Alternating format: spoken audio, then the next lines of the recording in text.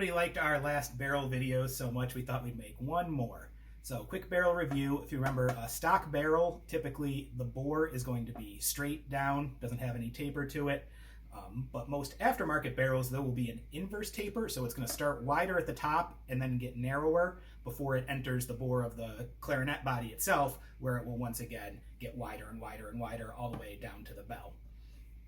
The advantages of this are it's going to work a lot better with modern popular mouthpieces. It's going to improve the throat tones, and you're going to have closer intonation at the 12ths when you hit the register key.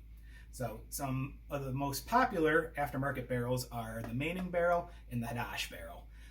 The Manning was designed by a person whose name was Manning, Hans Manning, who was, if there was ever a famous repair technician, he's probably the closest to it. And the reverse taper for a clarinet barrel, that wasn't anything new, but he kind of brought it to the United States. So he would take a stock buffet barrel and he would ream it out so it would be this shape, and he just simply used a number 2 Morse taper, which is a very common taper in machining. So even the design itself wasn't anything revolutionary, just doing it to the bore of a clarinet's barrel in the United States was. So he would do that, and he would found that people would typically say that they found these 3 improvements. Hadash does something similar, just not as aggressive as Manning. So it's still going to start wider at the top, it's still going to get narrower, but it just doesn't do it nearly as much as Manning. So it's kind of a best of both worlds scenario.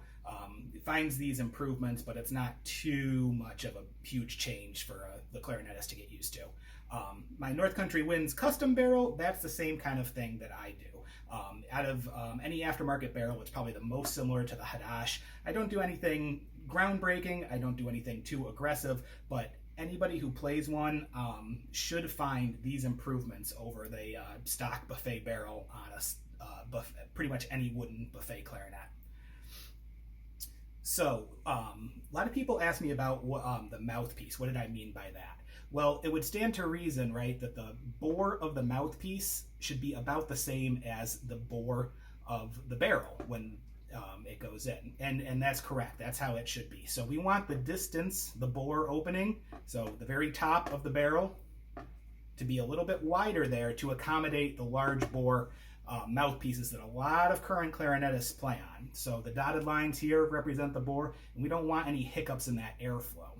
If this was too narrow, the air would be kind of hitting a wall right there, and we'd have some unwanted resistance. So these wider tops, so that's going to be right there, and that's going to allow the air to move freely from the large bore of the mouthpiece and get going into the bore of the barrel.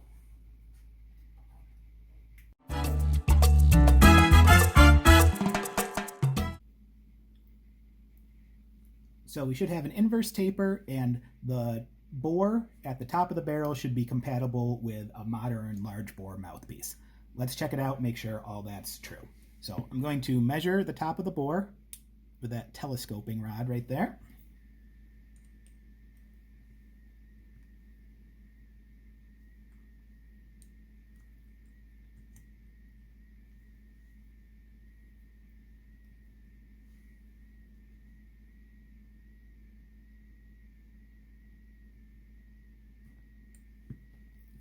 And let's see how wide that is.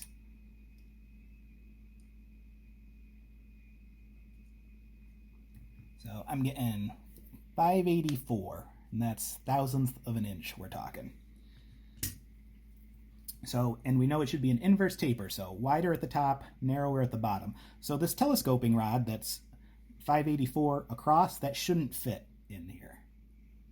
And it doesn't, so that's good. It almost does though, it's very close. So let's measure the bottom and see what reading we get there. Going to be a smaller number than 584. Probably not much smaller though.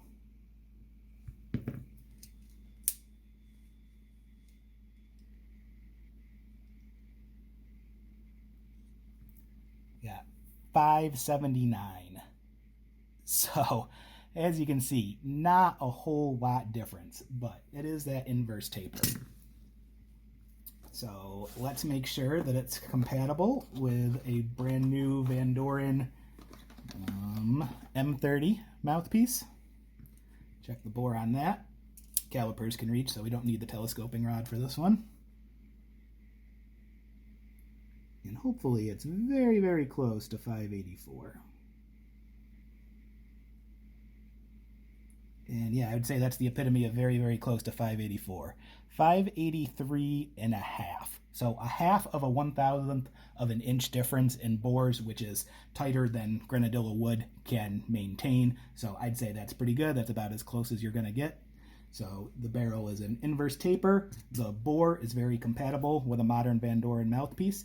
And you should notice many benefits if you try one of these barrels over a stock buffet barrel.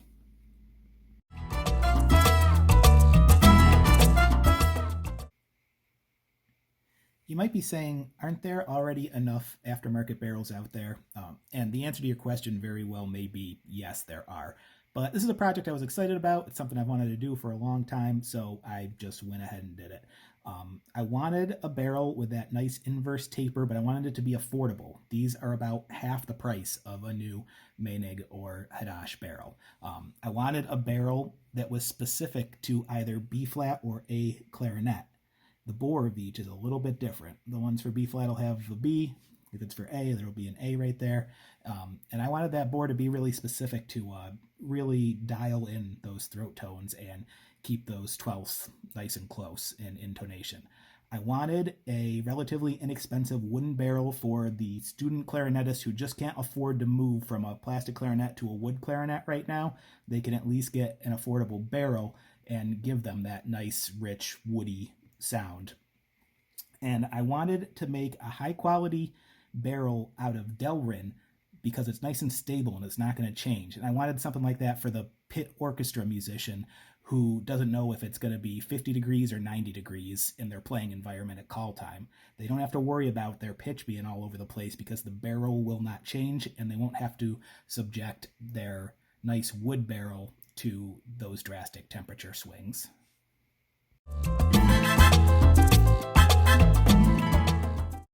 The Yamaha YCL is probably one of the most common basic student model clarinets on the market.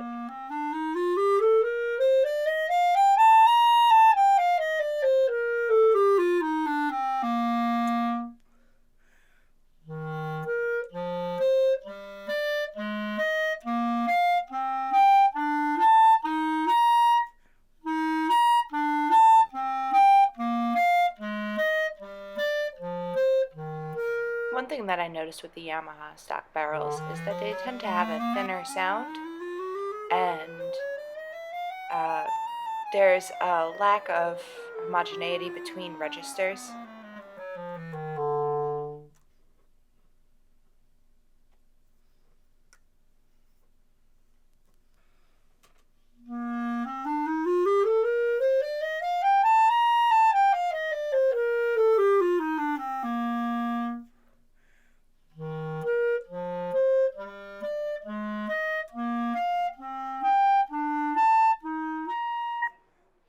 I think the change is pretty apparent.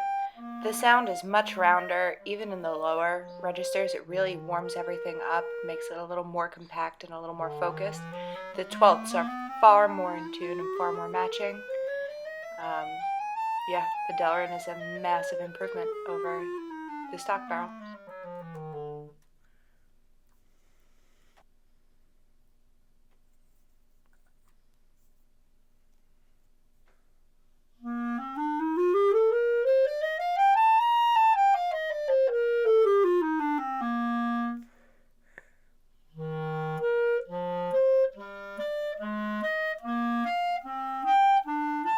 Much like the Delrin, this barrel is a marked improvement over the stock barrel, but I think I prefer the quality of sound of the Delrin barrel versus the Grenadilla barrel,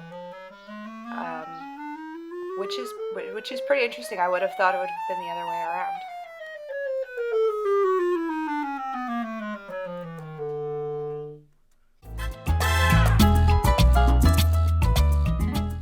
In initially designed for professionals to use outdoors, the BACKUN Alpha is a step up from the YAMAHA 250 in terms of plastic clarinets.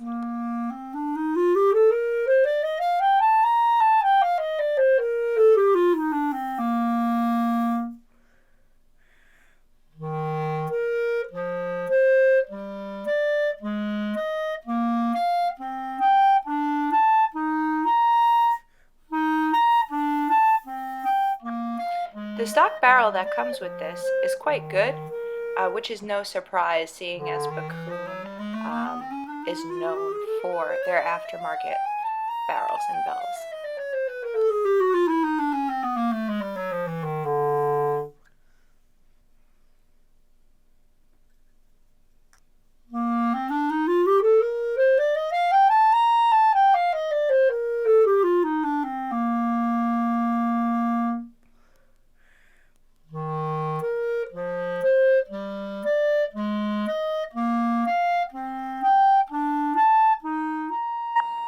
And again, like with the other clarinets, the Delrin has a massive impact on the quality of the sound. I think it creates a very woody sound, more focused, more uniform across the registers, and easily and naturally plays in tune.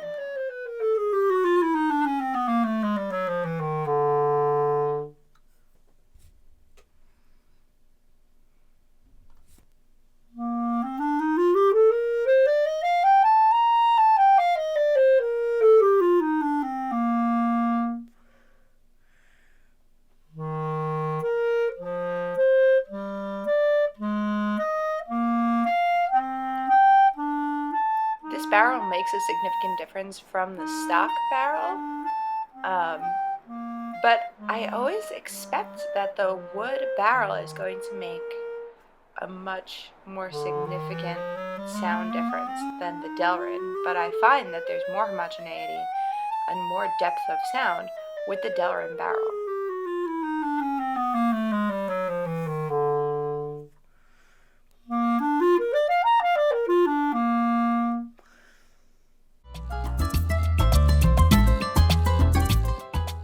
The Buffet R13 is your standard professional model. It's sort of the go-to for professional clarinets.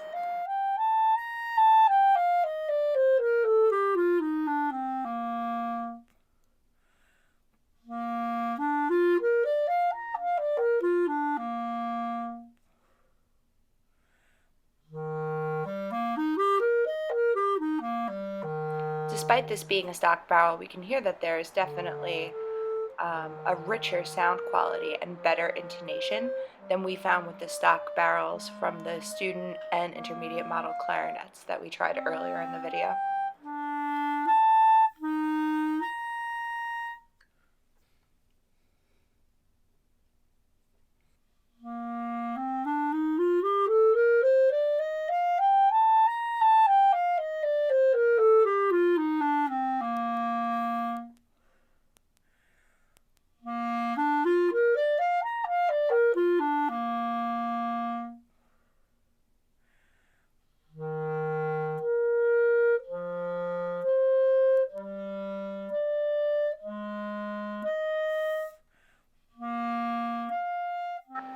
Intonation is markedly improved, and the sound is much more responsive.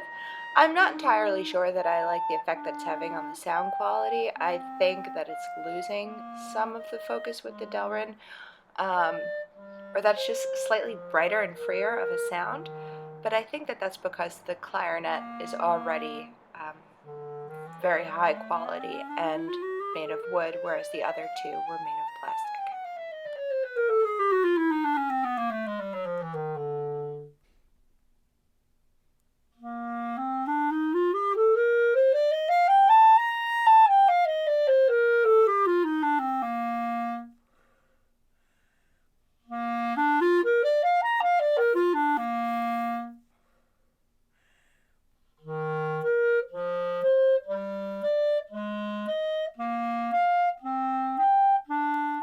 I think in terms of sound quality, intonation, and homogeneity, I prefer the Grenadilla North Country Winds barrel to the Delrin, it feels more natural. It feels more similar to the stock barrel, but just with improved intonation.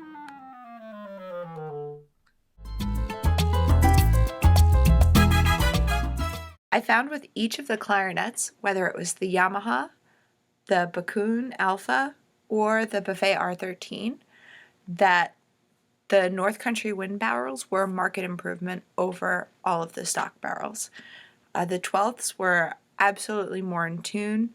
There was more of a uniform color, and it made a significant difference, particularly with the plastic clarinets.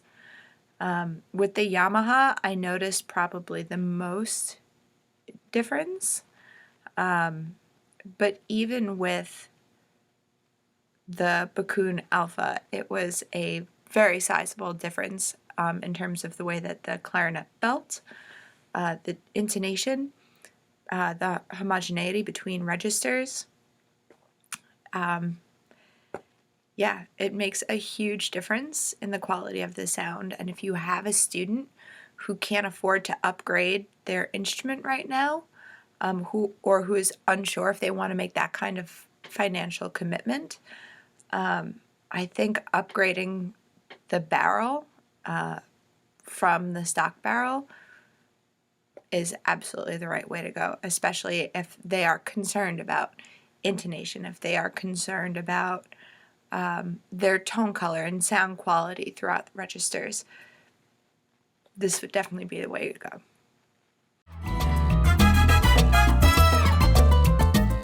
I've really liked the Delrin. I'm not entirely sure what it is about that material, but particularly with the student model clarinets and the plastic clarinets, it really was able to create the illusion that you were playing on a wood clarinet. It made a big difference in the quality of the sound. It made a big difference in the intonation. Yeah, Delrin for the win.